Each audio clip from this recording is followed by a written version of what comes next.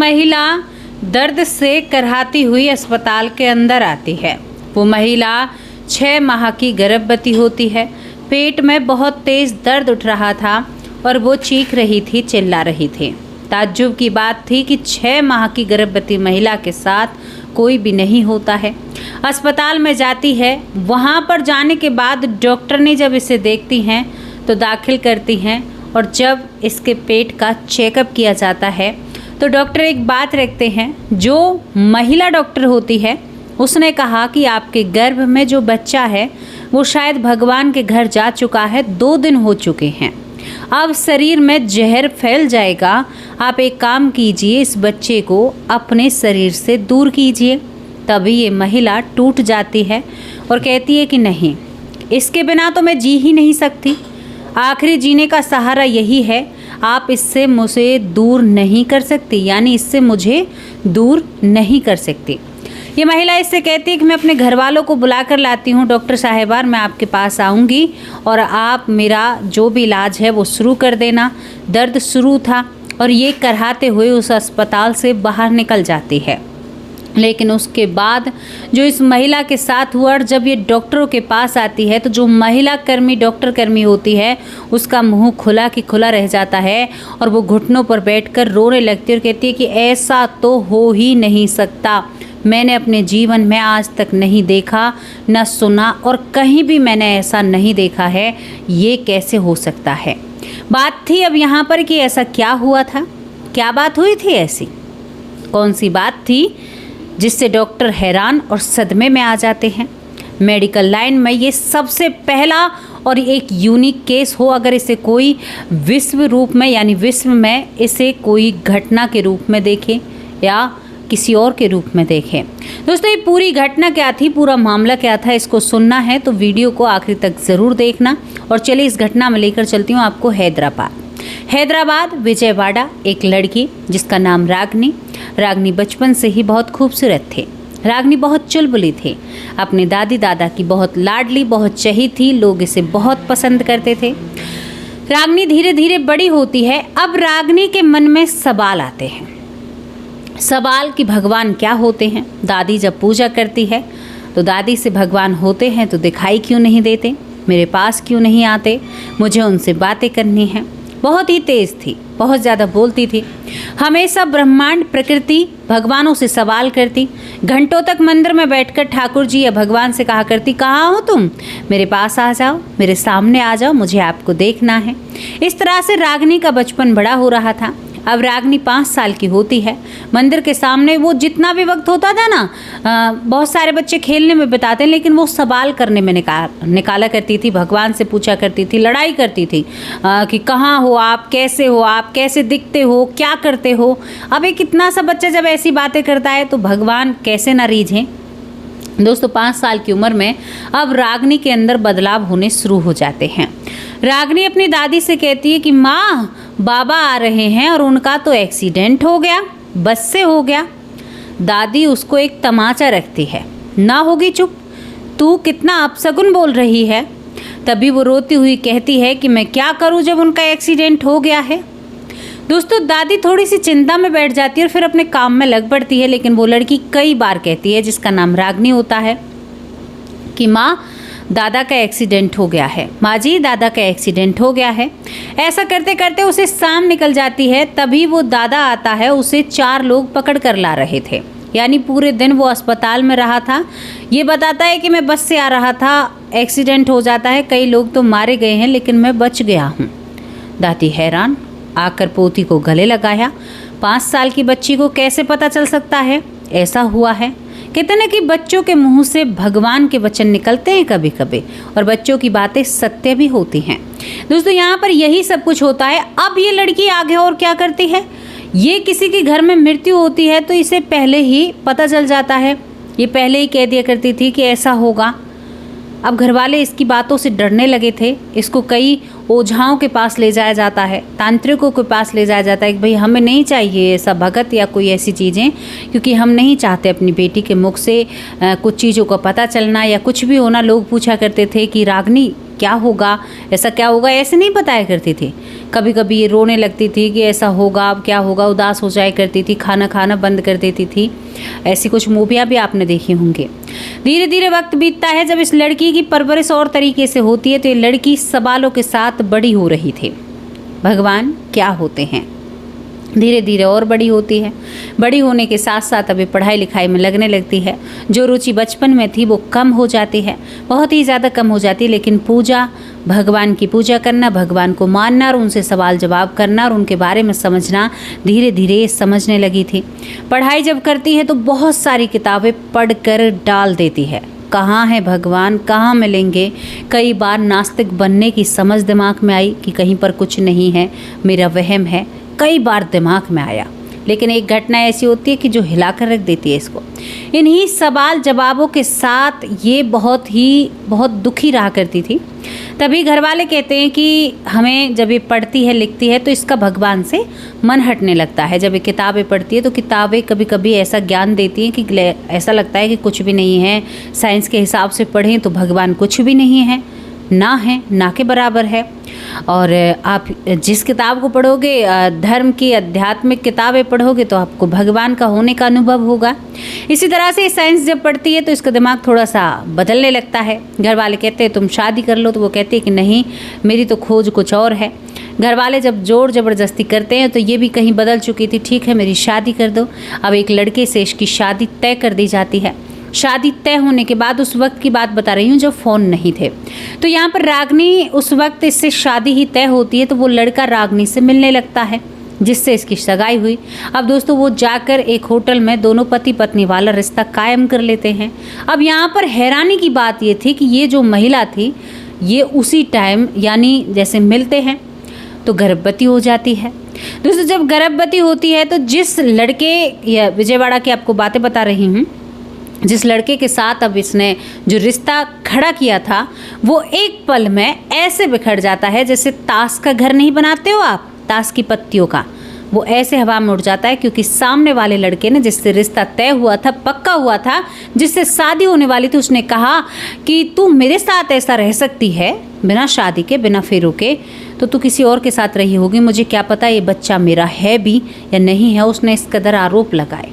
अच्छा, ये होता है, रिश्ता बिगड़ जाता है, वो रिश्ता छोड़ देता है। तो लड़कियों के लिए बहुत बड़ी सीख की बात है ये आज के युग में। अब माँ बाप चिंता में, ये क्या हुआ, ऐसा क्यों हुआ। अब यहाँ पर माँ बाप को पता चलता है कि हमारी बेटी गर्भ से है। माँ बाप ने कहा कि बेटी तुमने तो बहुत गलत किया, इस गर्भ को हम इस दुनिया में नहीं आने देंगे। ये जो रागनी होती है वो बहुत ही विचलित और बहुत परेशान भगवान के सामने बैठकर रोने लगती है कि प्रभु, इस बच्चे की क्या गलती है? गलती मेरी है, गलती सामने वाले की है, जो इसका पिता, जो इसे ठोकर मार कर चला गया, इसकी क्या गलती है? इसे कैसे ना आने दूँ इस दुनिया में? ये तो फिर बेईमानी हो जाएगी। भगवान से ये कहकर रागनी ने अपने माँ बाप के सामने हाथ जोड़ा, कहा मैं पढ़ी लिखी हूँ, मैं अपना गुजारा कर सकती हूँ। और रागनी वहाँ से शहर में रहने के लिए चली जाती है।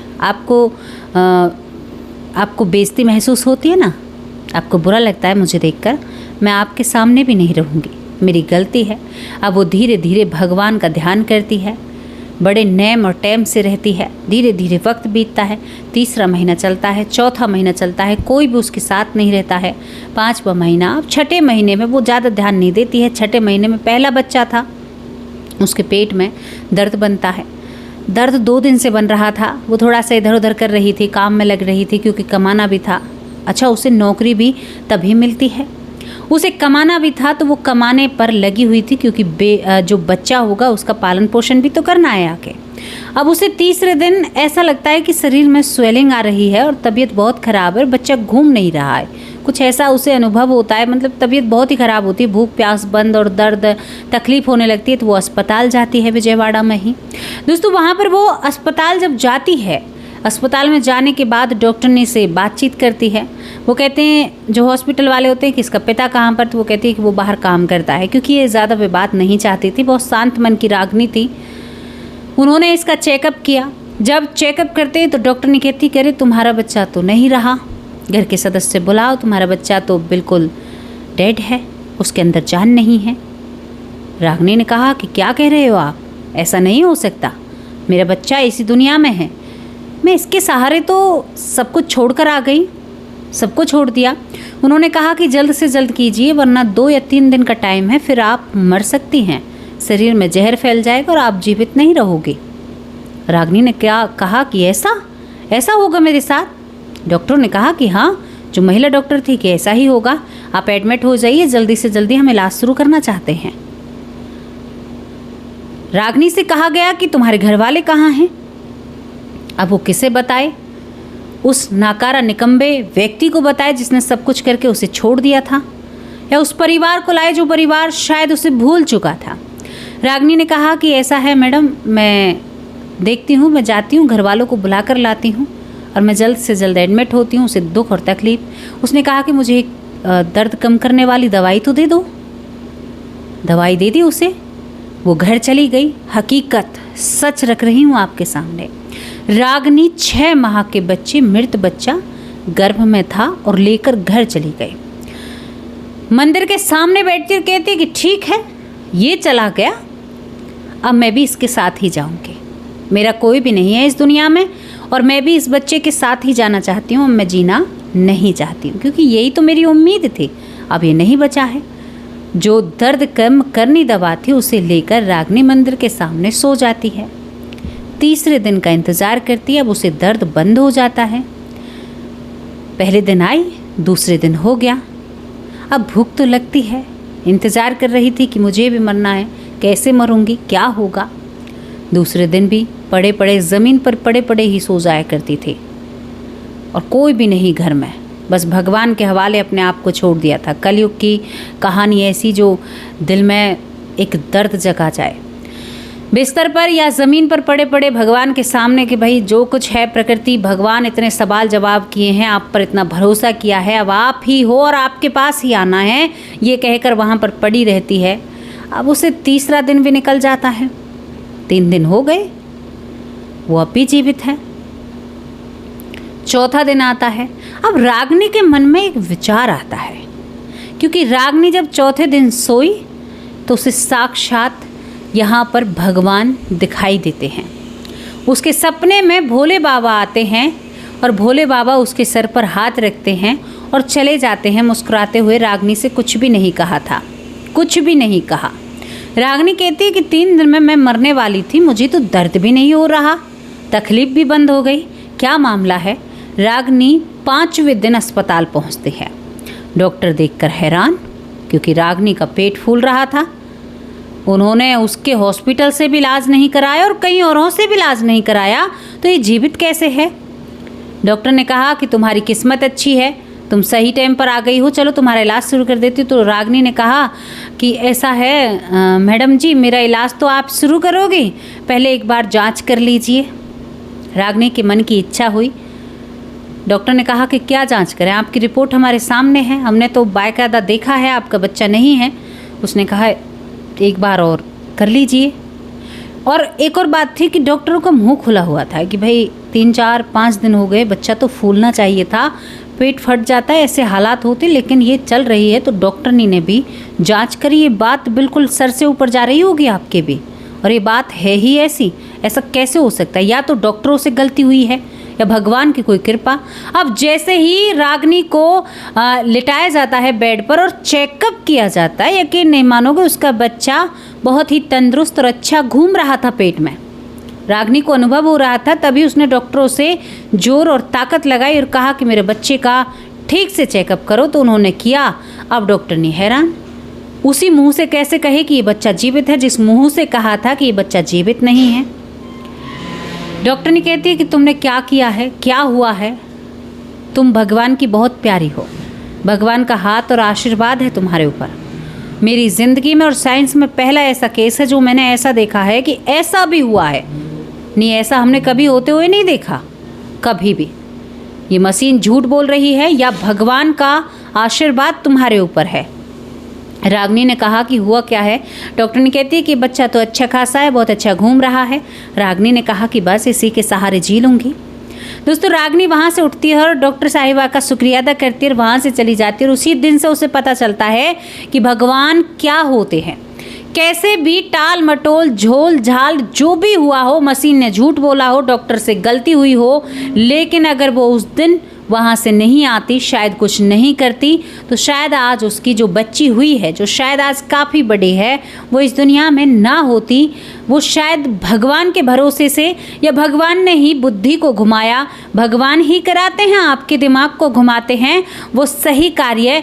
तो तभी तो कहते हैं कि एक राजा का वजीर हमेशा कहा करता था जो भी बुरा होता तब भी भगवान बहुत अच्छा किया आपने, भगवान भला करे, बहुत भला किया है भगवान। अब यहाँ पर ऐसे ही इसी तरह से कि भगवान जो भी करते हैं ना बहुत भला करते हैं, अच्छा करते हैं। कोई बुरा आपके साथ हुआ है तो उसमें भी कुछ ना कुछ अच्छाई होगी। ये भगवान का वो प्यार है जो शायद आप देखते हुए भी अनदेखा कर देते हैं। तो ये घटना वो साबित करती है कि भगवान जो भी करते हैं ना, आपको जहाँ से जो रास्ता दिखाया जाता है वो आपके लिए ठीक होता है।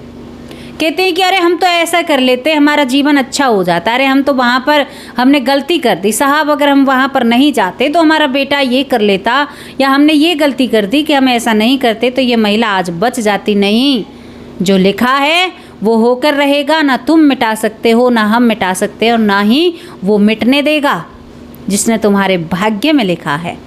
दोस्तों ये कहानी हमें बहुत कुछ सिखला कर जाती है। रागनी आज अपनी बेटी के साथ बहुत खुश है। रागनी की बेटी बहुत होशियार, पढ़ने में सक्षम और बहुत ही तेज दिमाग है। रागनी कहती है कि भगवान बहुत बड़ी ताकत है, उसके मुकाबले कोई भी नहीं है। हम और ये लोग तो तुच्छ मानस हैं, भगवान वो बड़ी ताकत है। रागनी कहती है कि मैंने बचपन से ही सवाल करे, वो हमेशा मेरे नज़दीक रहे, हमेशा उन्होंने मेरा साथ दिया और मेरा साथ भी ऐसे दिया कि मैं क्या बताऊं वैष्णवी, ऐसा साथ मेरा दिया तो सच में ही बहुत बड़ी बात होती है। क्या कहोगे इस घटना को सुनकर? क्या राय रखोगे अपनी? ये सच्ची घटना है, अपनी राय लिखकर ज़रूर देना। यहाँ पर कुछ भी हो, मशीन ने झूठ बोला या डॉक्टर ने जो भी किया, लेकिन जो कुछ हुआ अच्छे के लिए हुआ। तो ऐसे ही हर जगह होता है। तो दोस्तों यहाँ पर ये घटना, ये कहानी समाप्त होती है। रागनी की बेटी आज भी बहुत खुशहाल हैं, परिवार से दूर हैं, उस व्यक्ति से भी दूर हैं जिसने शायद उसे उसकी कोख में डालकर कभी पीछे मुड़कर ये नहीं देखा कि कोई मेरा बच्चा भी है, या किसी महिला ने अपने आप को समर्पित कर दिया था मुझे, उसे मुझे धोखा नहीं देना चाहिए। ऐसे लोगों से सावधान रहना चाहिए जो दो मुँहे लोग होते हैं, पहले आपके साथ गलत करते हैं और फिर अपनी ही बातों से नकार देते हैं और कह देते हैं कि हम तो जानते ही नहीं हैं, हम बहुत अच्छे हैं और तुम बहुत बुरे हो। उन अच्छे लोगों से दूरी बनाकर रखिए जनाब, आपकी ज़िंदगी बहुत महत्वपूर्ण है और महत्वपूर्ण जीवन रखोगे बनाकर, तभी आपकी कोई कद्र करेगा। चलिए विदा लेती हूँ, कल हाजिर होंगे एक सच्ची अच्छी स्टोरी के साथ। तब तक के लिए नमस्कार, जय हिंद, जय भारत। अपना और अपने परिवार का ख्याल रखिए।